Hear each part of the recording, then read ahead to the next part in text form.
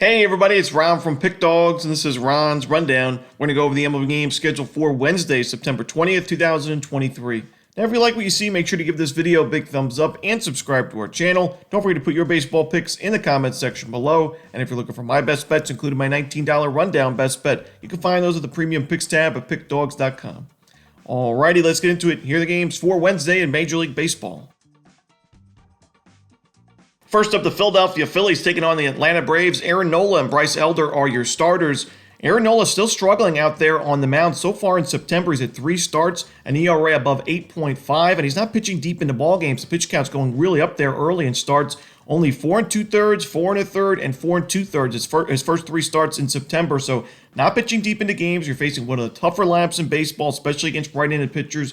On the other side, Bryce Elder not coming off a great outing himself against the Marlins, where he gave up 4 earned runs and a homer, 9 base hits to go with it, and 9-6 loss for Atlanta. The Phillies, one of the better lineups against righties in the last month as well. So I think we see a high-scoring game in this one at Truist. Give me the over in this afternoon game between the Phillies and Braves. Next up, it's the Minnesota Twins taking on the Cincinnati Reds. Bailey Ober and Hunter Green are your starters. We talked about how Hunter Green's first 2 starts back at the major league level, he struggled quite a bit, gave up 13 runs combined, 13 earned runs. But since then, his last 3 starts, he's actually been pretty sharp. He's given up only 3 runs combined in those 3 games. Good strikeout numbers, only 1 home run his last 4 starts combined, and the control's been better. The Reds are 3-0 in his last 3 games. And Bailey Ober on the other side's given up a lot of home runs as of late, at least 1 home run in each of his last 5 starts. Pitching at Great American Ballpark, we talked about the second most hitter-friendly ballpark in baseball. I worry about that with Bailey Ober. We talk about how he's got really good control. He doesn't usually walk a lot of batters, but sometimes he misses inside the zone, leaves pitches down the heart of the plate. At Great American against this Reds lineup, that could be a big problem. So I'm going to take the Cincinnati Reds in this one on the money line. Next up, we see the Chicago White Sox taking on the Washington Nationals. Jesse Scholtens and Josiah Gray are your starters. Not my favorite game on the board, but Jesse Scholtens, even though he's got that 1-9 record with a 4.7 ERA, I think this is one of the better matchups he's had all season. He's facing a Washington team that in the last month, 29th and 28th in OPS and ISO versus right-handed pitchers, and we saw Mike Clevenger almost throw a complete game shutout against Washington the first game in this series. And on the other side, Josiah Gray has just not fared well at Nationals Park this season. On the road, he's got an ERA almost below 3, but at home at Nationals Park, an ERA above 5. His last few home starts have also just not been good. I'm going to take the Chicago White Sox here on the money line on the road. Next up, we see the Boston Red Sox taking on the Texas Rangers. Brian Bayo and John Gray are your starters. Another really tough game, in my opinion, because I talked about it all season. John Gray's been one of the tougher pitchers to read this year, and he's struggling again, giving up 3 earned runs and only 3 2/3 innings. His last start against the Guardians, that was a 12-3 Rangers loss, and he's given up. He hasn't been able to pitch deep into the ball games lately. Only his last 2 starts, 2 2/3 innings, 3 2/3 innings. A lot of base runners, a lot of earned runs and home runs as well. Brian Bayo's coming off a solid outing. His last start, it wasn't good enough for a win, but it was still a quality start. 3 runs in 6 innings with 10 strikeouts against the Blue Jays. He's doing a better job at keeping the ball on the ground, a good ground ball to fly ball ratio in the month of September thus far. I'm going to take a shot here with the Boston Red Sox on the money line on the road. Next up, we see the Cleveland Guardians taking on the Kansas City Royals. We're going to see Lucas Giolito and Zach Greinke as the projected starters.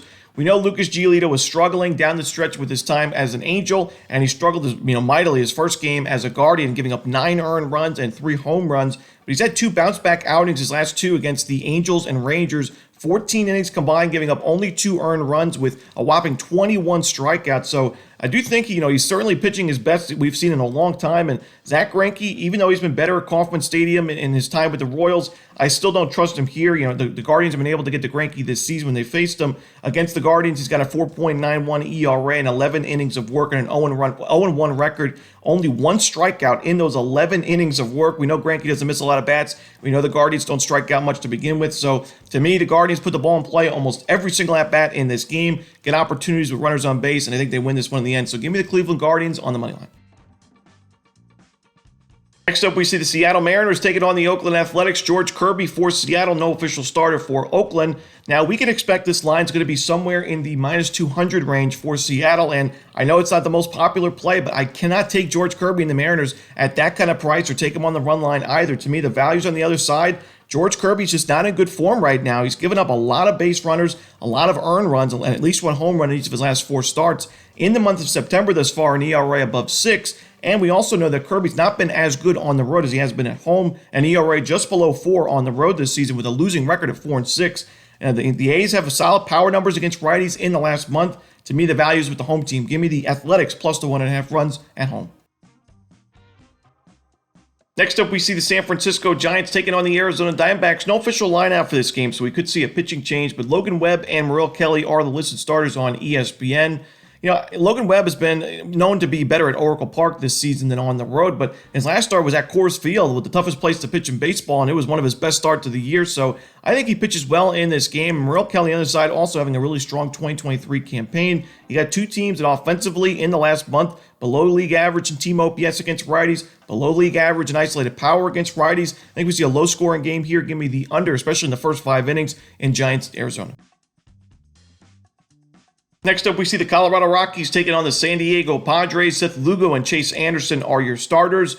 To me, this is a pitching mismatch. Chase Anderson still winless on the season. He and this Rockies bullpen have not pitched well this year, and certainly in the last month. And when you look at Seth Lugo on the other side, another quality start for him his last game against the A's. Wasn't a perfect outing, but still 6 innings, a 3-run ball, 7 strikeouts in the end. It was a Padres win. I think the Padres win this game and cover the run line in the end. So give me San Diego laying those 1.5 runs.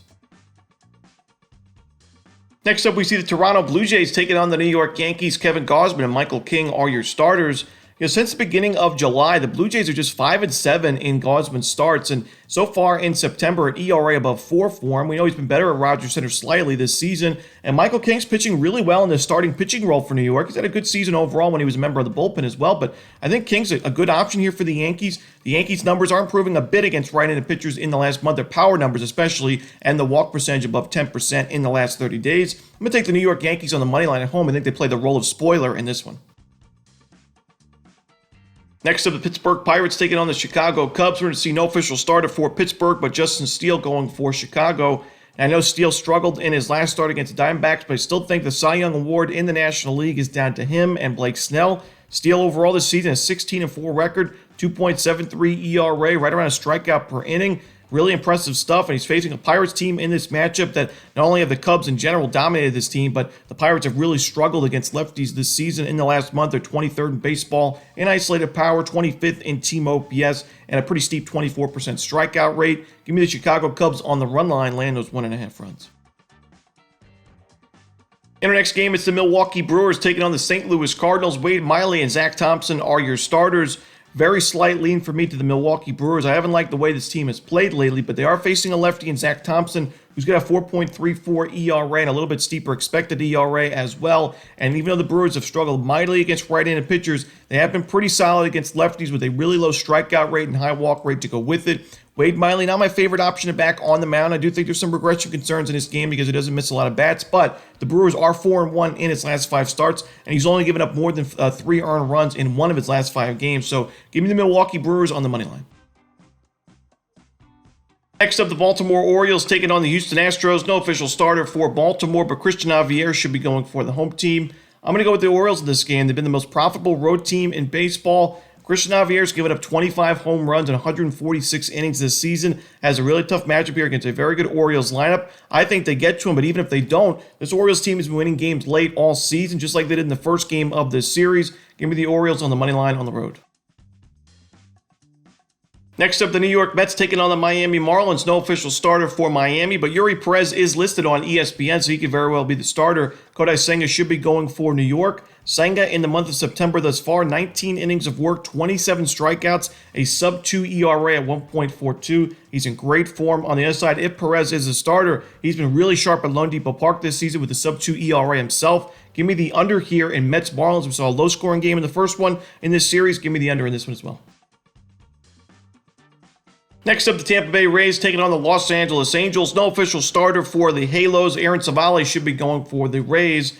Now, Savale, I don't love the fact that he's been giving up a lot of sharp contact recently, and the expected numbers aren't the best for him right now. We've seen him give up 3 home runs his last 2 starts, but the Rays are 4-1 in its last 5 games. The Rays are one of the best home teams in baseball. I think Savale is good enough here. As the Angels in the last month, not very good numbers offensively against right-handed pitchers. So with this Angels bullpen, if this is a bullpen game, we've talked about it all season. This bullpen has been one of the worst in terms of ERA and expected numbers. In the last month, an ERA above 5 in the bullpen. Give me the Tampa Bay Rays on the money line and run line at Tropicana Field. Next up, we see the Detroit Tigers taking on the Los Angeles Dodgers. Reese Olson and Bobby Miller are your starters. When I looked at the starting pitching matchups in this series, I thought this was the game that the Tigers had the best chance at least competing in, maybe winning outright. I'm going to take the 1.5 runs with the Tigers. I just like what I've seen from Reese Olson as of late. I think he's really improved his game in the second half of the season. I like the fact that he's missing a lot of bats, earning those strikeouts, and keeping the ball on the ground a lot better as well, giving up only 2 home runs in his last 4 starts combined, which is a big improvement. He's given the Tigers 3 straight quality starts his last 3 games, and Detroit a 3-2 record in his last 5 starts.